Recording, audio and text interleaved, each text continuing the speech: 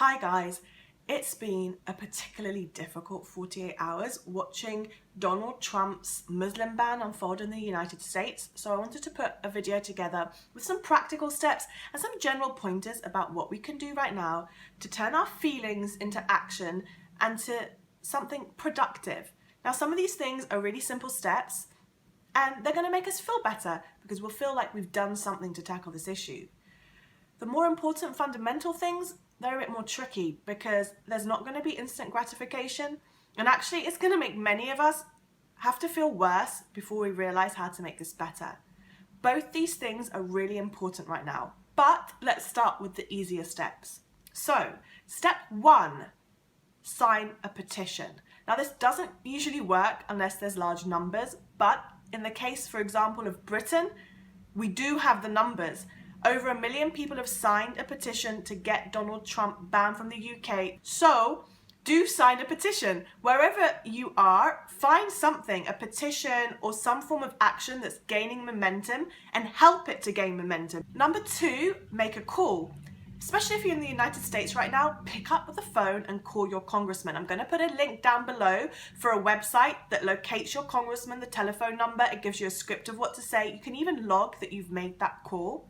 Again, this is something that's more impactful in large numbers, but that requires every single one of you to do it. Send an email too, but pick up the phone and call. Bug them, because being inundated with calls is a lot more disruptive than a full inbox. In the UK too, you can do this. Call your MP and send them an email and tell them that you're unhappy with how Theresa May is dealing with this. Pressure them into taking action. I'll put a link for how you can find your UK MP in the comments as well. Number 3, protest. We don't have the luxury right now to sit down and take our time to debate the ins and outs of protest and how important or impactful it is. You need to, right now, fall into 2 categories. Either you think protest works and you're hitting the streets, or you have questions but you're hitting the streets to be counted regardless. We're in a unique moment where the mainstream media, which is usually dismissive of protest movements, there's usually a massive fight just to get the media to pay attention and not downplay what's happening on the streets. But because of their own reasons for being anti-Trump, they're taking notice. So this is a unique opportunity to get people's voices heard via protest quicker than usual, and it is an urgent situation. Don't think that protest doesn't work. Actually, most significant socio-political change has come from meaningful and serious protest out on the street. So if you've never been to a protest, just go to one. If you usually just go to the one big protest at the end, start going now. If you usually go on weekends, go on a weekday. If you usually finish work late, just leave a few hours early. Facilitate to start protesting now. Number 4, donate. If this is something you want to do, you can focus on the big US organizations like the American Civil Liberties Union or the Council for American Islamic Relations, who are at the moment at the forefront of taking this Muslim ban to the courts. But don't forget grassroots and smaller charities who do really important work. You can also donate to specific causes. For example, a mosque in Texas was burnt to the ground just hours after the Muslim ban. They're now fundraising to rebuild their mosque. So look out for cases like that and try and help. You can, of course, also donate to charities helping refugees in the 7 countries that have been targeted by this Muslim ban. I'll put a few links below, but if you have any suggestions as well, let me know. Number 5, volunteer. Donate your time. Yes, if you're in America and you're a lawyer or you're a translator, you can go down to the airports and you can help right now. But what about the rest of us? Well, think about the skills you have and how you can help and put some time aside to do that. Whether you are a teacher who is going to discuss this in a lesson and talk about issues of racism, whether you're a swimming instructor who is going to get mobilized to give refugee children a free swimming class once a week, it really doesn't matter. The list is endless. I can't go through all of them now, but if it's been in the back of your mind to do something, just turn that into action now. And if you've never thought about it, well, think about ways that you can change. This is all within a broader issue of racism, Islamophobia, and the refugee crisis. Those are 3 areas filled with activists and charities and people doing pro bono work. Look in your area, find out what you can do to help. If you've got a skill, call up one of these charities or organizations, tell them your skill and say, hey, whenever you need me, just give me a call. That's another simple way of doing it. Okay, number 6, use social media. This might seem like a simple one. And from the other end, you might be frustrated with social media because you think this is part of the problem to begin with. But social media is a fundamental tool to organize and mobilize. So use it strategically. Share that protest link. Really importantly, share emergency information for the people that might actually be stuck on the ground, whether it's a mobile number to a lawyer or helplines. So really use that tool. These little things may seem insignificant, but they're not. At the end of the day, things become big when every single one of you do that one little bit. Number 7, take it up a notch. Wherever you're at, whatever you have or have not been doing, just take it to at least the next level. If you've not done anything at all, then just get out there, go to a protest, sign your first petition. However much you are doing, you might be really active. Just take it up a notch. If it's always been at the back of your head, then turn it into a reality. That's really what we need now, at the very least, for every single person watching this, everybody, just step it up. Number 8, take a break, but don't switch off. Right now, it can seem really overwhelming. We're being bombarded with negative information, and it can be really emotional, and it can be upsetting. It can make us feel angry. But you know what? It's a luxury to be able to switch off. So yes, take a break, take a moment, take a bit of time out, but then re-engage with the issue. Don't turn off the news and be like, this is why I don't do politics. I can't handle this. Because you know, most people in the world who are in crisis don't have that luxury. So utilize it if it gets too much, but then re-engage with this issue, because if you shut down and go into this bubble, by the time your bubble bursts, it's going to be far too late. Okay, so that's 8 what I would say practical tips of what we can do right now, but here are the more scary ones. Number 9, stop avoiding what this is.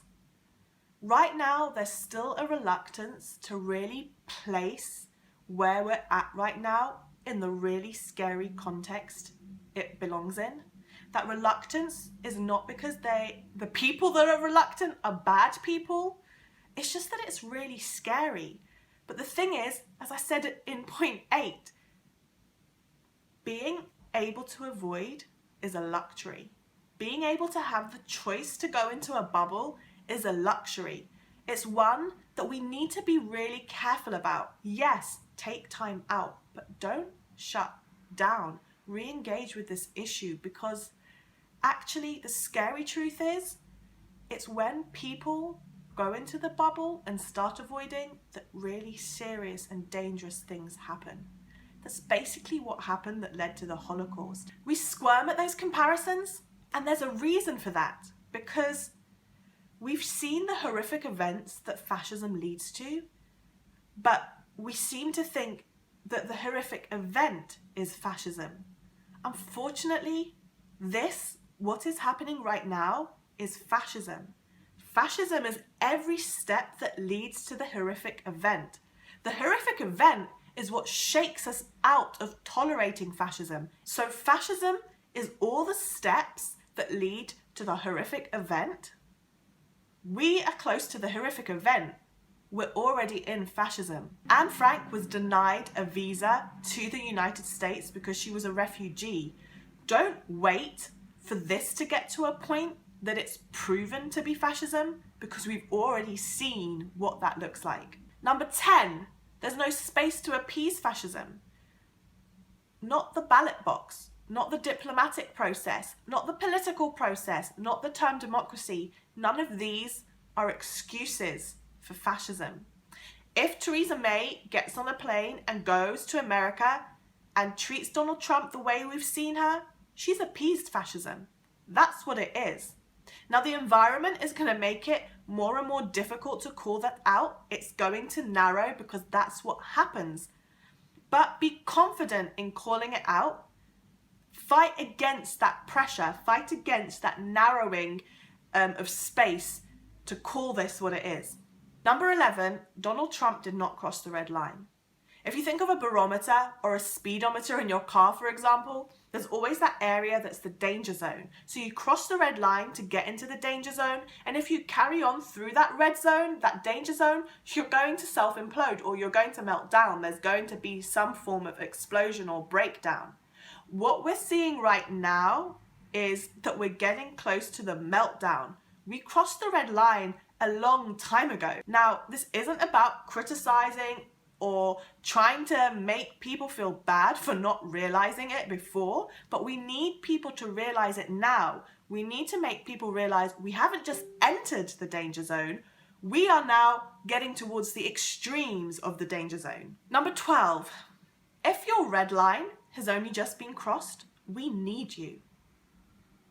If you happen to be lucky enough to be from the group of people whose communities have just been turned upside down and disenfranchised by Donald Trump's presidency, you play a really crucial role. Yes, I'm talking about white privilege.